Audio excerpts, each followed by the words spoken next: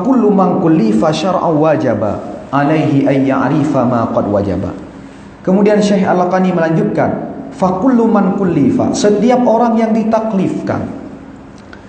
Orang yang ditaklifkan adalah orang-orang yang sudah balik, yang berakal. Ada 4 syarat taklif disebut oleh Syekh Ibrahim Al-Bajuri di dalam kitab Tuhfatul Murid. Syarat taklif yang pertama, berakal.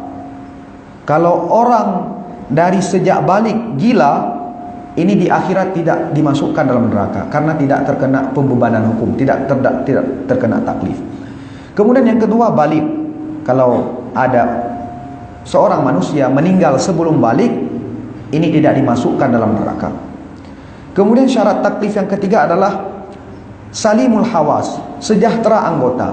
Kalau seandainya ada seorang manusia yang buta dan tuli sejak lahir, maka tidak terkena taklif karena tidak mungkin memahami agama. Kemudian yang keempat, syarat taklif adalah bulughud dakwah, sampai dakwah.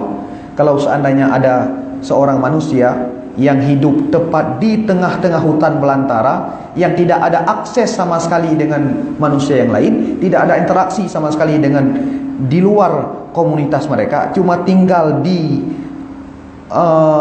tengah hutan belantara, maka ini juga tidak terkena taklif. Jadi 4 syarat taklif: balik, berakal, selamat anggota, dan sampai dakwah. Terkait dengan sampai dakwah ini, orang-orang yang hidup di zaman fatarah, zaman yang belum diutus Nabi ataupun zaman kekosongan Nabi, maka mereka tidak terkena taklif, tetap dimasukkan dalam syurga.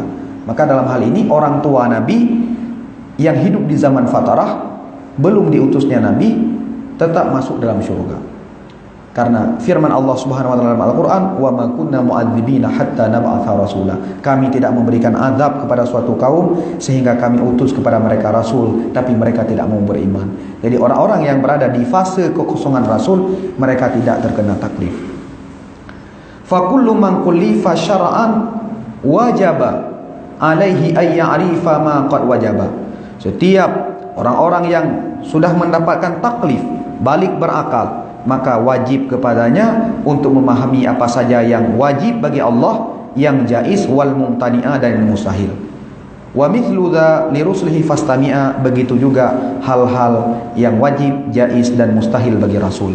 Intinya setiap mukallaf wajib memahami i'tikad 50. 20 sifat yang wajib pada Allah, 20 sifat yang mustahil pada Allah, 1 yang jaiz, kemudian 4 pada Rasul yang wajib, 4 yang mustahil, 1 yang jaiz. 41 tambah 9 ada 50 sifat yang wajib kita yakini, kita pelajari, yang biasa dibahasakan dengan i'tikad 50. Kenapa wajib memahami i'tikad 50? Fa kullu man qallada fit tauhidi imanuhu lam yakhlu min tardidi.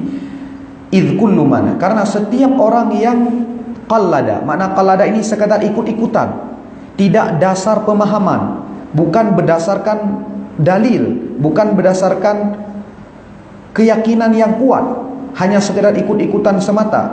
Fit tauhid, di dalam bidang tauhid, imanuhu lam yakhlu min tardidi, keimanannya tidak selamat daripada keraguan. Keimanannya masih diperselisihkan.